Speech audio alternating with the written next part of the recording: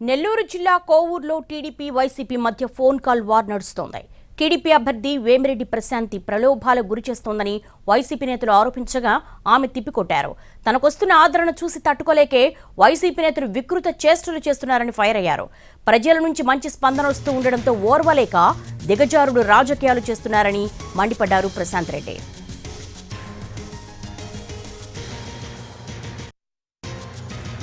చేస్తున్నారంటే మీరందరూ చూస్తున్నారు. అవి నా నోటితో నేను చెప్పను కూడా చెప్పలేను.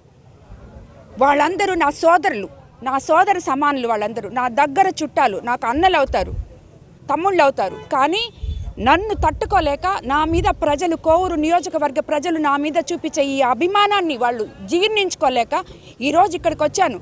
వీళ్ళు ఏమి ఆశించి ఈరోజు పార్టీలో చేరారు?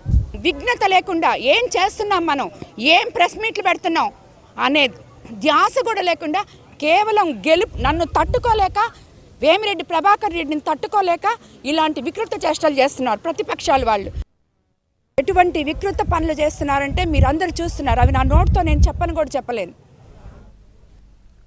వేమిరెడ్డి ప్రశాంత్ రెడ్డి, నల్లపురెడ్డి రాజేంద్ర కుమార్ రెడ్డి మధ్య ఆడియో సంభాషణ ఒకసారి విందాం. తట్టుకోలేక నా మీద రాజేంద్ర అక్క.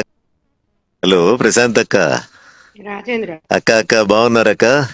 బాగున్నా. ఎక్కువ ఊరికి పోటీ చేయమని అడుగుతున్నారు వాళ్ళు ఇప్పుడు టీడీపీలో. అదే నాకు అర్థమైంది అక్క. అక్క అది ఎట్టంటది అనేది నాకు తెలీదు. ముందు వాళ్ళు సర్వేపల్లి అడిగితే మాకు సర్వేపల్లి వద్దని చెప్పాము. ఎందుకంటే ఈ కాన్స్టిట్యున్సీలో రాదు కదా. అవునక్క. సో వాళ్ళు అప్పుడు కోవూరు తీసుకోమని చెప్పారు. నాకు కూడా ఇష్టం లేదు మారడం అసలు. అవునులేక ఫస్ట్ నుంచి నాకు ఈ పార్టీ ఇష్టము, దాని వల్లే. కానీ మరీ వాళ్ళు ఈ మాదిరి చేసేటప్పుడు అన్నని కన్విన్స్ చేయలేకుండా.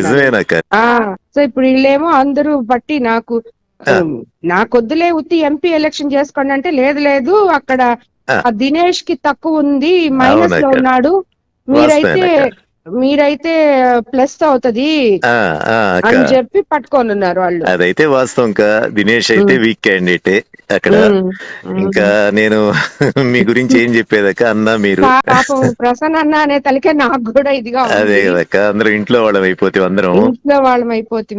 అదే కదక్క. కానీ అక్క అది నేను మధ్యస్థంగా ఏం చెప్పలేను.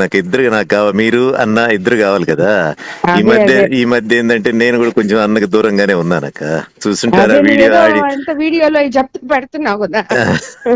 అదే కదక్క. అదే ప్రతి ఎలక్షన్ అప్పుడు మీకు అందరికి మామూలు ఇది అవి ఉంటాయి.